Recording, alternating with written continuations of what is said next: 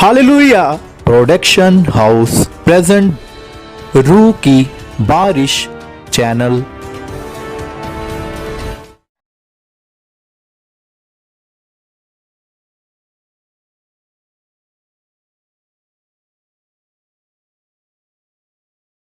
नाम का मतलब की है किन्नू किन्नू नहीं पता भी हाथ खड़ा करो। नाम का मतलब की है यीशु मसीह का नाम की है अनोमा चरित्र करैक्टर प्रभु यीशु मसीह के नाम दे विच लंगड़े चलदे अन्ने देखदे गूंगे बोलदे बहरे सोते मुर्दे हालेलुया बुलाए जाते। ये कौन कर रहा नाम किहदा नाम साडा यीशु डॉक्टर ने डॉक्टर जीसस। आज मेरे लागे जेडे भाजी खड़े ने ये अपने पठानकोट का प्रधान है। काफी उन्होंने नाम है काफी नाम है और शायद बुरे काम भी करते होंगे कुछ भी करते प्रभु ने जो सुनना होता ना वो फिर कोई ना कोई ठोकर टीका लाते हैं कि आजा हालेलुया। जिस तरह मैंने शराबी ने चुनिया सीगा हॉस्पिटल में जाए सिर का ऑपरेशन होना पर हुण ऑपरेशन तो नहीं होने दिता दवाई भी छड्डती बिना दवाई बिना ऑपरेशन तो मैं ठीक होया सीगा। उस तरह ये भाजी अपने प्रधान जी हिंदू प्रधान जी इन्हां दी आवाज चली गई सी हो गए सीगे गुंगे। तुसीं देखो गुंगा बंदा होवे घर दी कोई रोटी किदां मंगे जे उन्हें जाना होवे किते जावे किदां आटो वाले जां बस वाले नूं ठीक करा दे किदां भी चलिया किथे ओ गुंगा बोल यार जाना किथे तू यही करनगे ना। हालेलुया इन्हां दी जिंदगी किदां होएगी गौर नाल इन्हां दी गवाही सुनियो। जब गुंगे होए सी किसी ने कहा सीगा कि भाई जी खामरा चर्च चले आओ आज जो टेस्ट में तुम सुनाएंगे अपने हिंदू प्रधान जी पठानकोट तो। हाँ जी भाजी प्रधान जी अपनी गवाही आप देंगे पहले।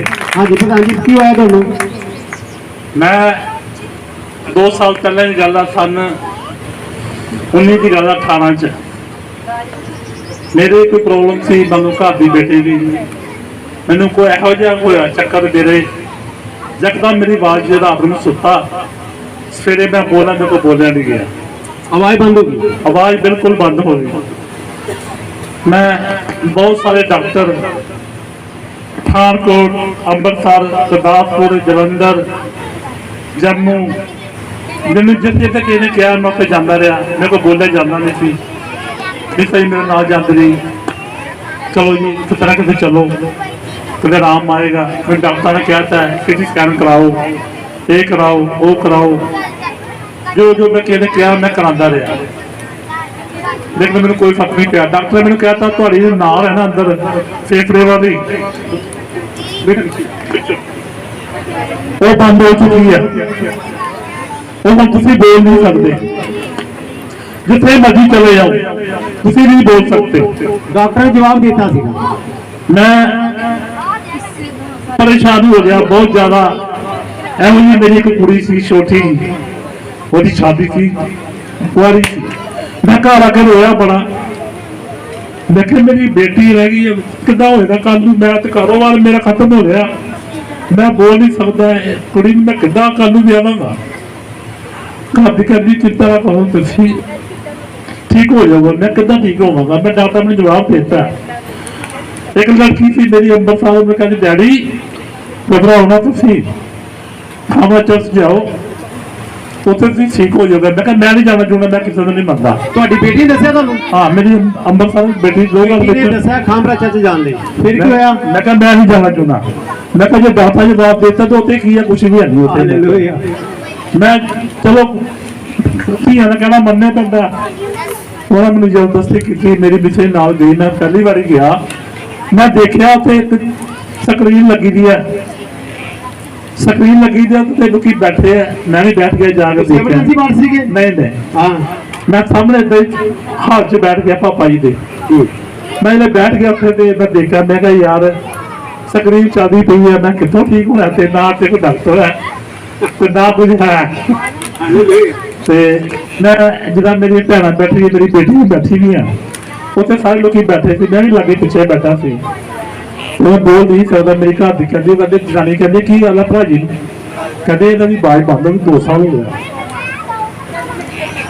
कहते भैन जी इतने ना बैठा करो एमरजेंसी जाया करो एमरजेंसी वार्ड उत्थे जाया करो तो प्रभु ने तुहानू देखो चंगा कर देना तुम चिंता ना करो कहेगा मैं थोड़ा जिहा हौसला हो गया मैं कहा ठीक है ਐਤਵਾਰ ਦੂਜੇ ਐਤਵਾਰ ਮੈਂ ਜਾ ਕੇ ਐਮਰਜੈਂਸੀ 'ਚ ਬੈਠ ਗਿਆ ਕਿਉਂਕਿ ਮੈਂ ਕਹਿੰਦੇ ਜੀ ਗੁੰਗਿਆਂ ਦਾ ਵਾਰਡ ਇੱਧਰ ਹੈਗਾ, ਇੱਧਰ ਬੈਠੋ ਤੁਸੀਂ।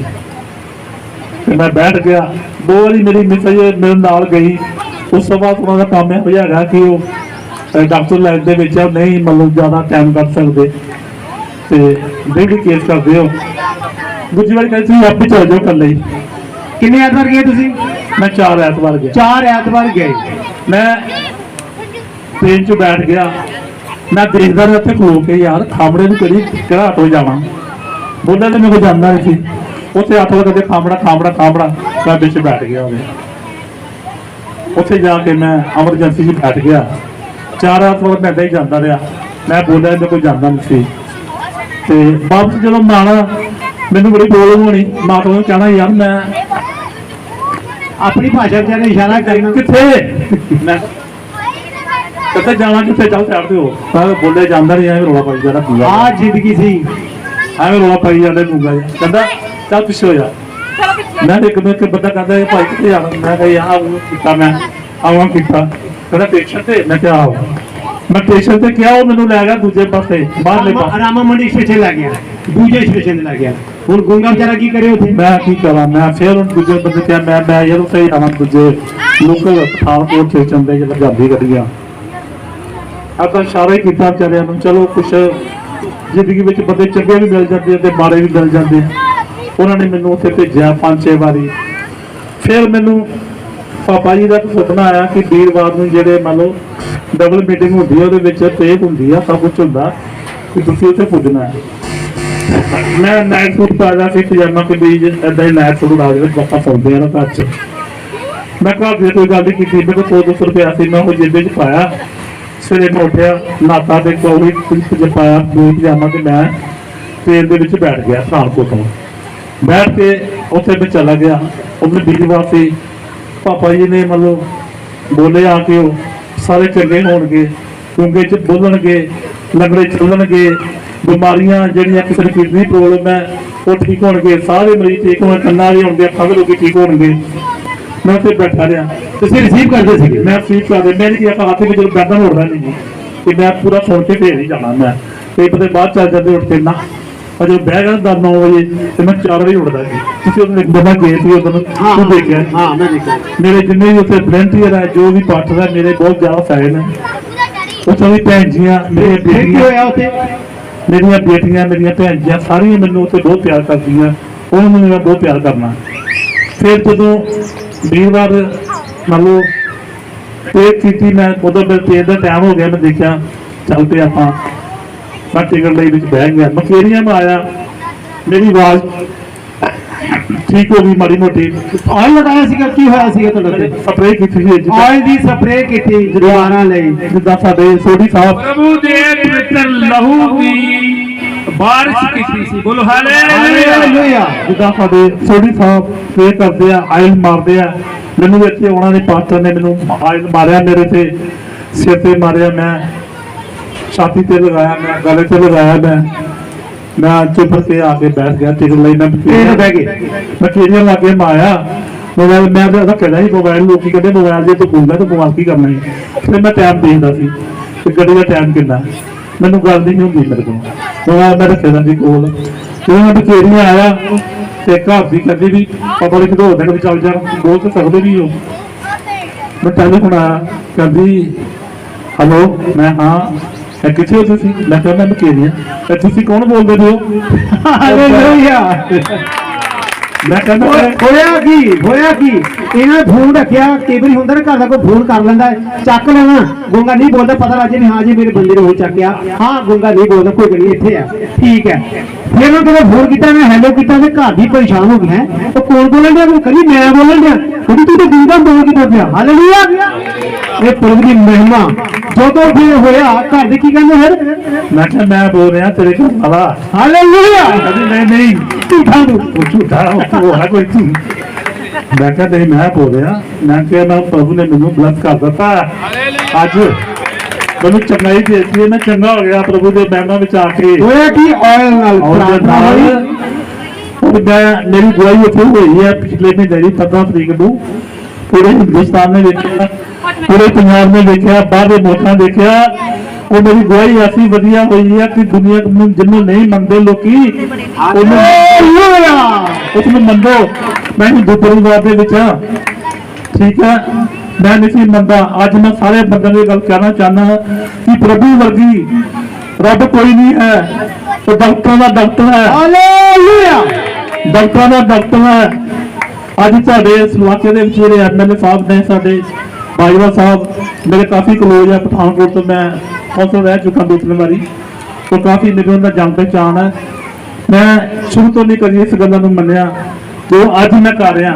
अज मैं सारा काम छड्ड के प्रभु के विच तुरिया हाँ। हर जगह जगह जिथे तुसीं मैनूं बुलाओगे मैं हाजिर हाँ। हालेलुया। सोडी साहब साडे पास्टर जी, साडे बजुर्ग भी है, मेरे नाल बैठे वीर मेरे जिन्ने भी है, ये तुहाडी सेवा च 24 घंटे हाजिर है।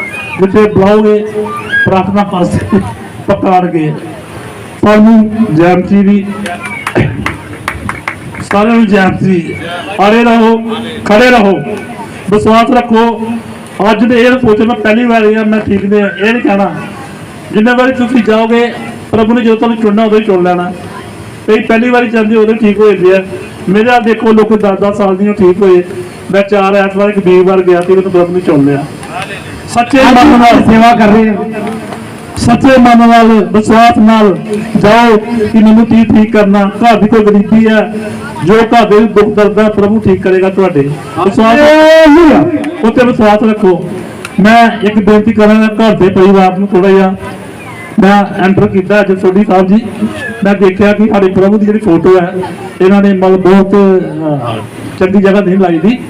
तो मैं उन्होंने ये बेनती करना कि प्रभु की फोटो लियानी है, उन्हें चंगी जगह लाना है। जगह जगह नहीं लानी जिथे डंगर मतलब नाल होवे बच्चे उत्थे नंगे पैर फिरन। घर वाला का मेरी बेनती है कि बाहर बड़े पोस्टर लगे दे ये लियाने तो चंगी जगह लाओ। ये लिया के अद्धा रोड ने तो ना लिया करो। जय मसीह।